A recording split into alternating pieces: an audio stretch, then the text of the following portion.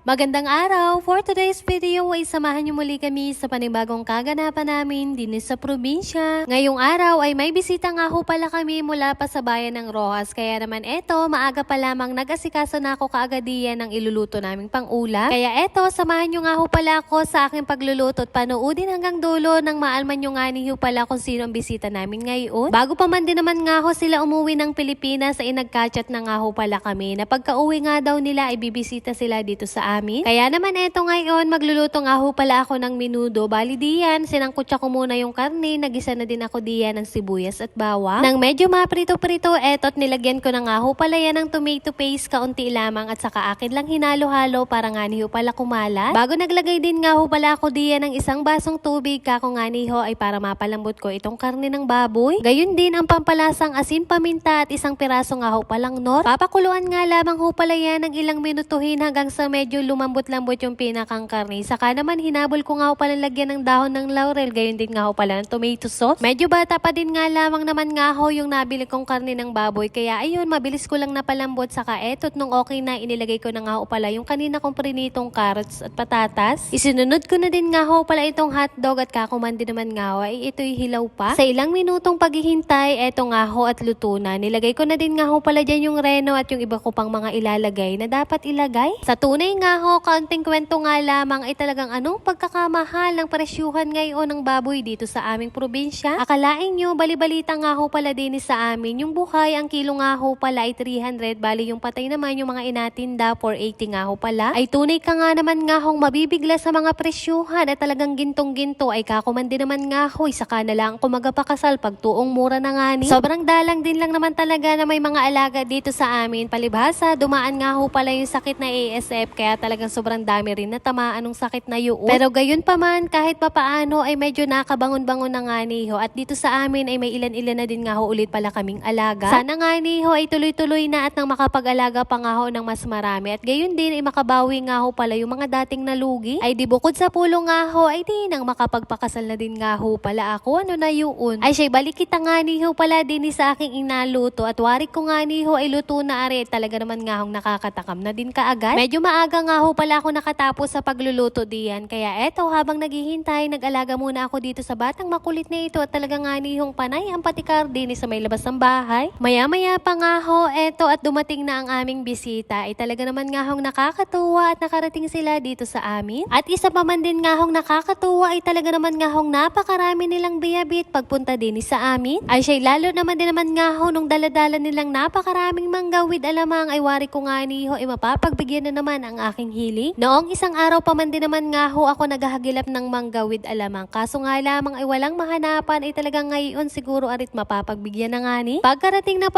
nga ho pala nila, ayan, at naghain nga lamang ho pala kami. Ginayak yung mga kakainin nila dahil medyo magutom na din nga ho pala sa mga oras na yaan. Kumuha din nga ho pala si Tano ng talbos na gabi at niluto nga ho pala ni Mama na inasiman. At yun nga ho pala ang request ni Inday Mimay. Dini sa may kabilang sulok ay talaga naman nga hong kaagad inupakan ni Alicia yung pasalubong ng mga chocolate ay talaga naman nga hong amusin na nga ni. Habang sila nga ni ho ay kumakain ay di eto yung dalawang bata ay gustong-gusto nga ho makipaglaro dito sa anak niya na si Mateo. Pero bukod sa pulong ay basta nga ni ho may tsokolate o kung anumang kende ay talagang mapapatimo mo rin itong dalawang si Kiona at si Alicia. Maya-maya pa ay hindi na nga ho nagkakahiyaan kaya eto yung tatlo nagalaro na nga ho pala dito sa may labas ng bahay. Nakakatuwa lang man din naman nga hong isipin na dito sa mundo ng pagbablog ay talaga naman nga hong napakarami nating makikilala na magiging kaibigan nga ni. Kagaya nga ho pala ni ate na si Inday Mimay ng New Zealand. Galing pa man din naman nga ho sila sa bansang New Zealand ay talagang dinayo kami dito sa bayan ng Socorro. Bali taga Rojas nga ho pala sila at medyo malayo-layo din